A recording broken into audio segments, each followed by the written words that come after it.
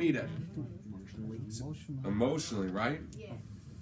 I appreciate that you care about your loyalty to this company, but apparently they don't care about their loyalty to you because they're offering you something worse than what they were offering you before, right? There's clearly something better. So you want to be loyal to them, but does it make sense to be loyal to somebody who's not loyal back to you, Kia? Okay, great. Let's go ahead and get started.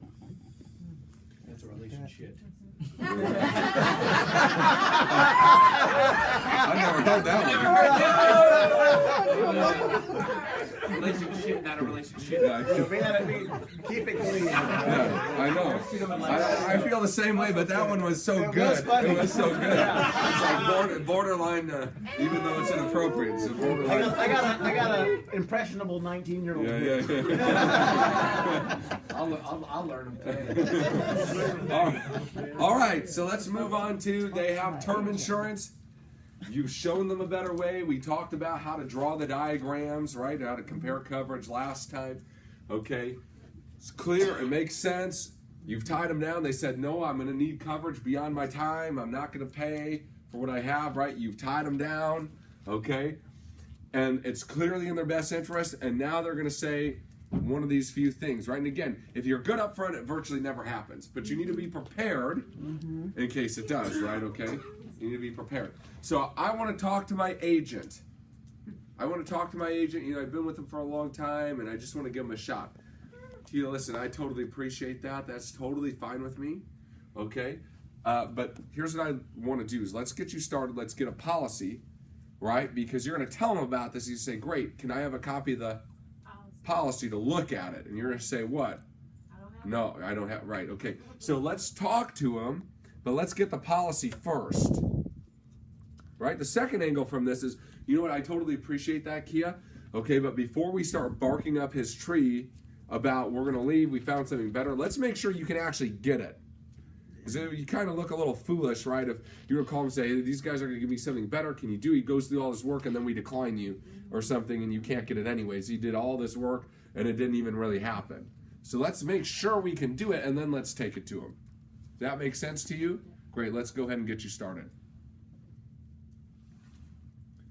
Martin, I appreciate you wanting to talk to your agent. I totally get that. Okay, but the insurance agent's job is to sell what? Insurance. And to advise you on what? Insurance. Okay. So if he had a product available to him like what I'm selling you, clearly it's in your best interest, right? So he wouldn't be doing a very good job advising you on insurance if there was something so much better for you and he just didn't care to tell you. Right? Martin, do you have a job? Yes. Do you like doing other people's jobs for them and not getting paid? Okay, great. Neither do I. Let's go ahead and get started. Not my job to get your insurance guy to try to find something better for you, which, by the way, doesn't exist. But what am I trying to put in his head? If he does have it, how come he not bringing it to you? How come he's not sitting here? You're already his client. Is that the sort of service you want in the future? What happens when you die, Martin? He doesn't find out for 3 years. Right? Oh, I didn't realize my client died. Right? Okay. Like, right? I don't. You're not even my client. I'm giving you better service than he is. Right? Does that make sense? So I'm just gonna overcome that very, very quickly. We need to talk it over. Ian, this sounds really great. I can see the benefit. We just don't make decisions right away. Where do we go? Today is not decision day. Just back to that first objection on people who don't have any life insurance. Listen, Key, I totally appreciate that.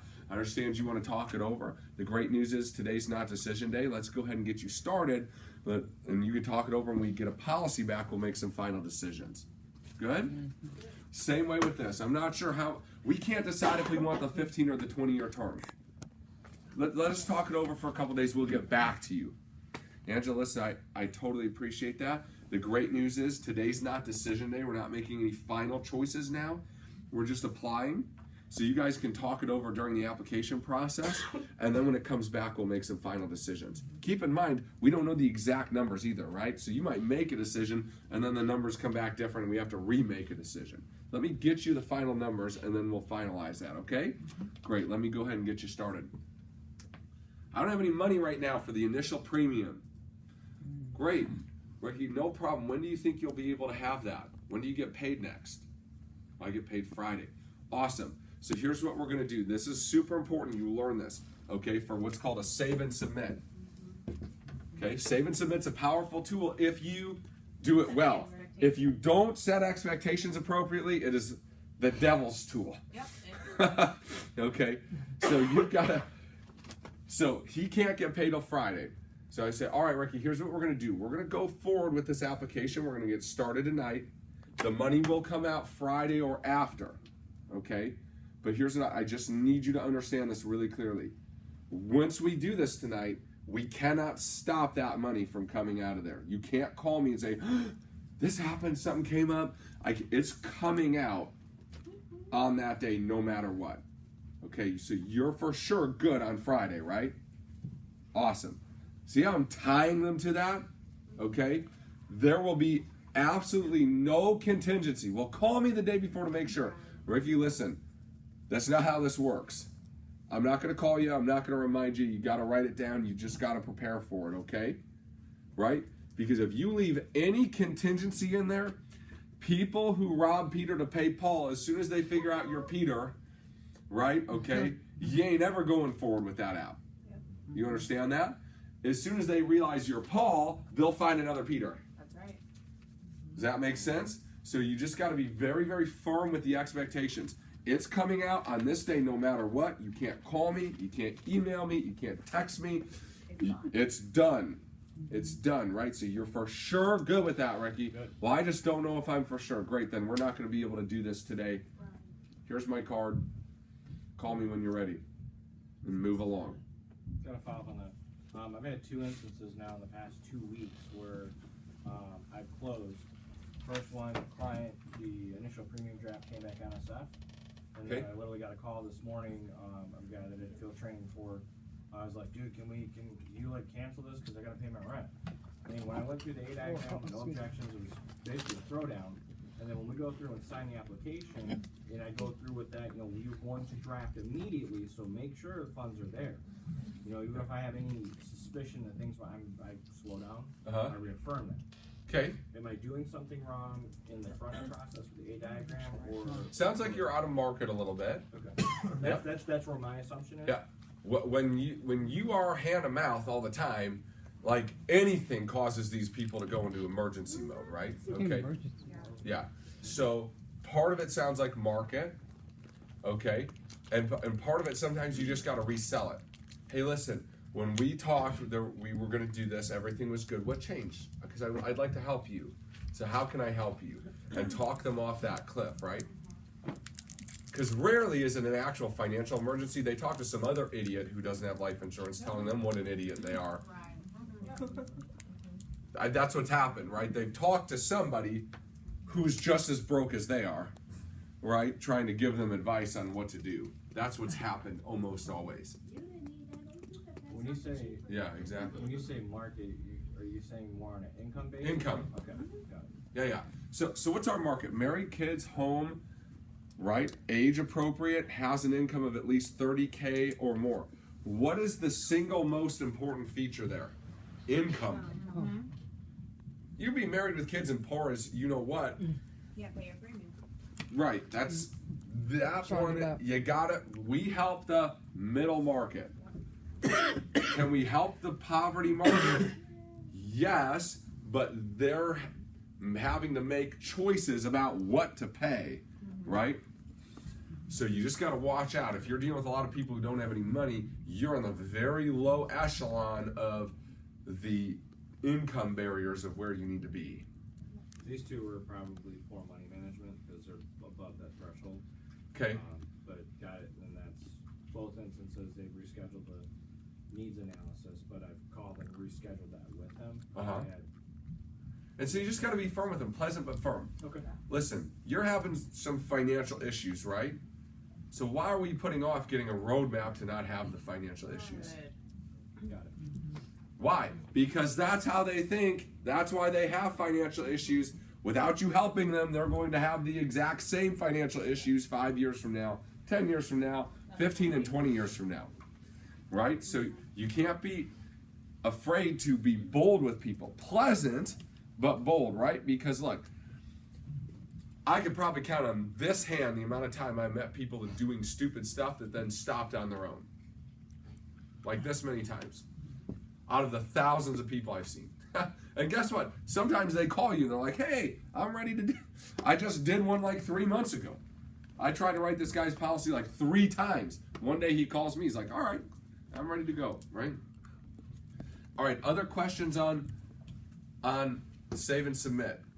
So on Save and Submit, you get a what? A date that the money can come out, and you are extremely clear with them. Amy, this is coming out on that day. Don't call me, don't email me. It's gonna come out. Okay? Right? Now, I don't say that because that's not true. I can stop the process, right? You okay there, Fred? I felt like you too. Right? I know. I was walking around like my head was going to explode.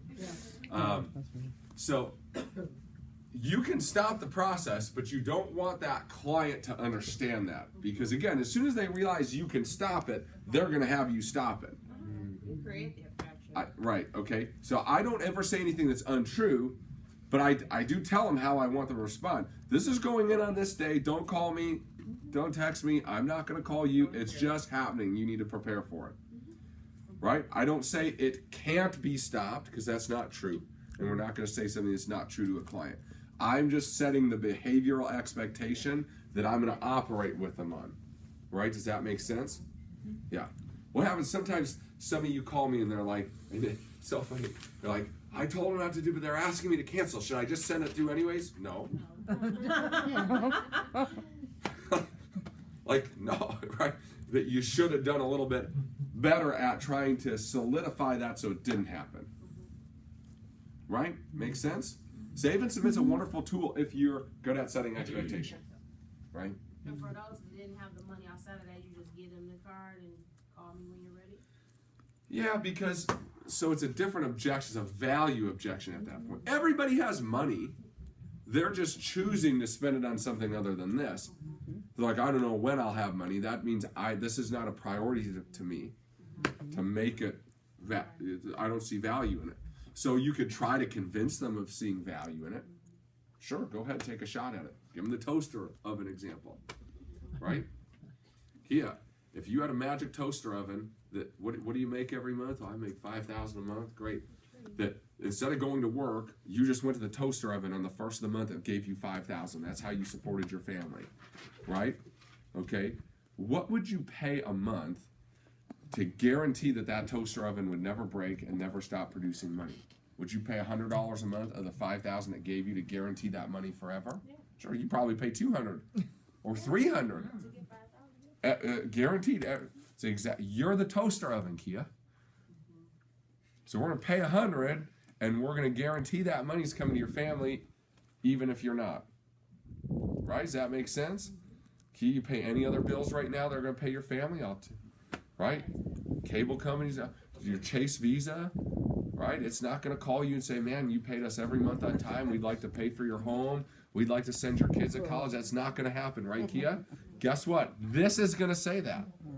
Let's get you started, right? So if they're fighting you on that, what they've told you is, I'm not really sold yet, and you got to go back and figure out where the disconnect mentally is. Follow? All right. What other issues on people's term insurance? They already have term insurance. Are you getting in terms of objections that we didn't go over already? Crickets. Did we go over the fact that they've had it for 5 years, or? Well, we did that last time, right, with the diagram, right? Okay. So again, remember, very rarely are you going to be competing like apples to apples on price, because they got their existing policy sometime before now, right? And so if you're coming into a 20-year term 2 years in, you get them a new 20-year term, you're competing against an 18-year product, right? Yeah. So that's where the diagram comes into effect that we talked about last time, and that's on the training online as well, right? Okay. So that's really a front-end process, right? So other term insurance, objections that you're getting that we didn't cover here? I don't have an objection when we quote out the custom advantage for someone who won't need life insurance at the end, which is very rare. But I have one right now that's in process, so when it comes back, do I have to have the booklet to quote it, or can you do it online? I don't even know what you're talking about. The step down, where you do this term for this amount, then this term for this amount. A stacked custom advantage. Can you They don't sure. need How do I Yeah. quote it out? Just on quick quote? Yeah. Okay, you can do Sure. a quick quote with the Yep. different. See how it says Change the it date. says add plan underneath the base plan? Yeah, That's how you quote. okay, so that's how you. I didn't know what you're talking about Sorry. to me. I'm like, what Yeah. are you talking You're talking what booklet? Hey, I never seen a booklet. Okay, No, any other yeah. questions on term?